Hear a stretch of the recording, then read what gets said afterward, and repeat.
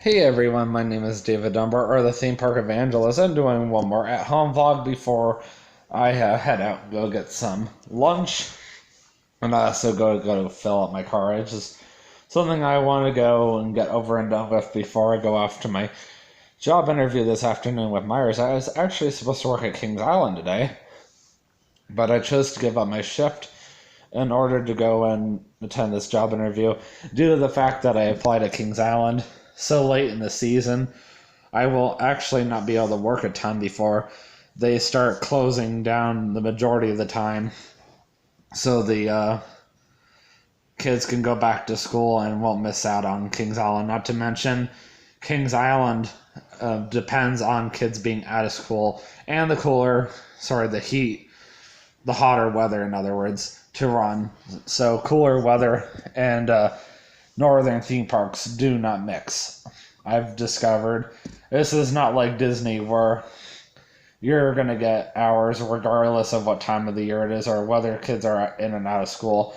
Of course, when I was working at Disney, even during the slow time of the year, I was still making some hours, not as many as I was making when it was busy, obviously. And of course, if Star Wars Galaxy's Edge opening late this summer, I don't think Disney is going to be suffering whatsoever. If you were working at Disney this year, you are not going to be suffering whatsoever. Disney is actually in their prime right now. They haven't been in their prime in a little while, so I'm really happy for them. And actually, that's the reason why I was so anxious to leave Florida. I did not want to be anywhere near Disney when Star Wars Galaxy's Edge opened. Trust me, when I heard all about Galaxy's Edge opening in California and how crazy it was, and Florida is even more of a tourist trap than California. Actually, California, I've heard, is not that much of a tourist trap, but Florida is a big-time tourist trap, and I just couldn't imagine how insane it was going to be, so I was determined to get out of there, and I've already been living in Florida for 25 years, so I'm just like, I'm done. So the point of this vlog is I'm going to be doing my Spider-Man movie review. So as I mentioned in my last vlog, which you can watch right here in the upper right hand corner, which is my yesterday movie review vlog, but I also titled it something else, which I'll figure out later. I kind of thought about something because I was giving my you guys my tour of my house since I moved in back roughly a month ago. I basically figured out. Oh, sorry. I remember what I was going to say. So, basically, what I mentioned in my first vlog is you guys will not be able to watch either one of these vlogs till later in the day. Normally, what I do is I upload them right away, and then I may not edit them until way later in the day, or maybe even the next day or days later. And I know it's kind of a pain, but that's just the way I am. I always upload my vlogs right away. Today, not today, or not at all. And it's because of the fact that the stupid power had to go out. In fact, 415 people were affected by the same power outage. How annoying is that? And of course, my brother's phone battery is low. I accidentally overcharged my phone, so my phone battery is draining like crazy. Good thing I have a car with USB ports, because otherwise I'd be screwed right now. So let me get into my Spider-Man movie review. Spider-Man Far From Home was the most recent movie I have seen. I also went and saw that with my dad and brother, who I saw the yesterday movie with last Tuesday. Spider-Man Far From Home was a far better Spider-Man movie than Spider-Man Homecoming. And honestly, I was very impressed. The movie did a good job picking up right after Avengers Endgame left. They did a tribute to Iron Man, Black Widow, and Captain America at the very beginning, and then they talked about everybody fading from existence and then being put back. What? Anyhow, where was I? My parents just got home. So, yes, they defined the time when Thanos snapped everybody out of existence, and then Hulk brought everybody back. The Blip. I thought that was a really stupid name to call it, but whatever. Anyhow, more or less what happened after that was Peter Parker found out that his school was going on a trip to Europe. Basically, a very long field trip. And they took a really nice flight out there. You should have seen the plane. Probably looked like a Delta flight, but nicer. Anyhow, they got out to Italy, and there is this water creature that showed up and tried to attack them. And at first, I thought it was very realistic. I'm like, whoa, what's going on here? And then this alien dude showed up and rescued them from being attacked. So I'm like, okay. Then next thing you know, the Avengers, well, I shouldn't say the Avengers, I should say Nick Fury and his team were trying to recruit Spider-Man, and the alien dude was there. And then Spider-Man's like, no, I'm on a field trip.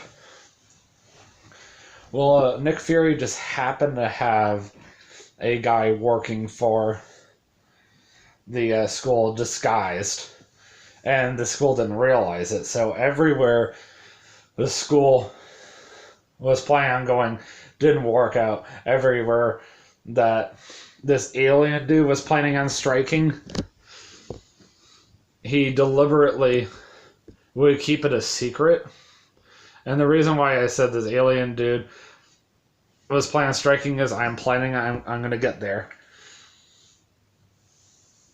I'm planning on spoiling it for you guys a little bit because the movie is really weird. I'm not going to spoil it for you guys completely if that makes any sense. But I'm not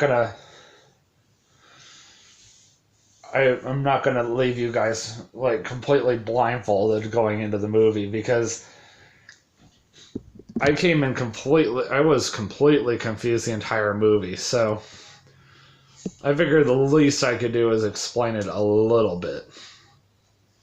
So this alien dude is leading on Nick Fury and his team, making them believe that these elements are going to attack all these different cities in reality.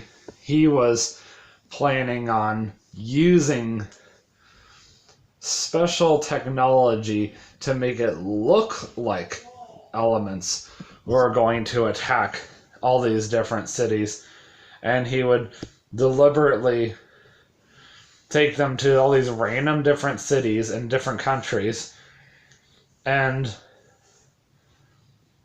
Nick Fury would hijack Peter Parker's school so that they would go to all these different cities and all these in these different countries, since Peter Parker refused to go with Nick Fury every single time.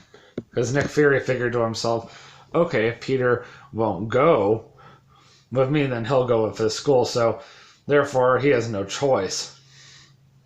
And also, another reason why I really like the new Spider-Man is I like the fact that they're associating Spider-Man with Agents of S.H.I.E.L.D., and now they're trying to bring Iron Man into it, because the first one had Iron Man in it. Now Peter Parker has rights to one of Iron Man's greatest pieces of technology, which is Edith, basically a pair of glasses.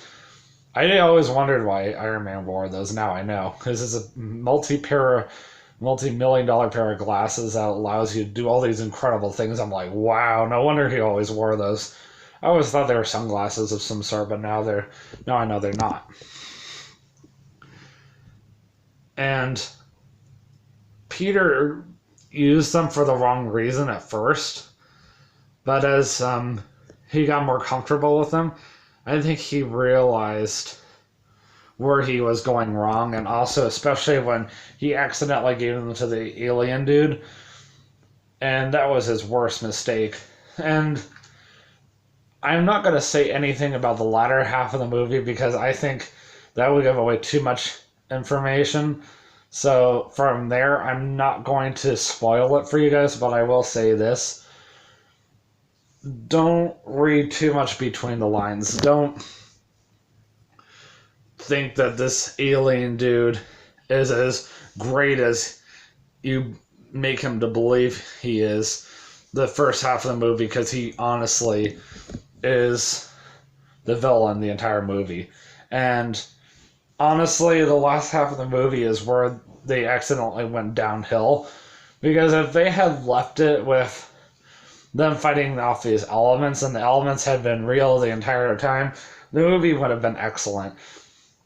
But they kind of ruined it with what they did with the latter half of the movie. If you had noticed earlier when I was mentioning that he was using technology to make them think they were fighting elements, then you'll know exactly what I'm talking about. So, with that being said, I'll give this movie a 9.5. Still a better movie than Homecoming.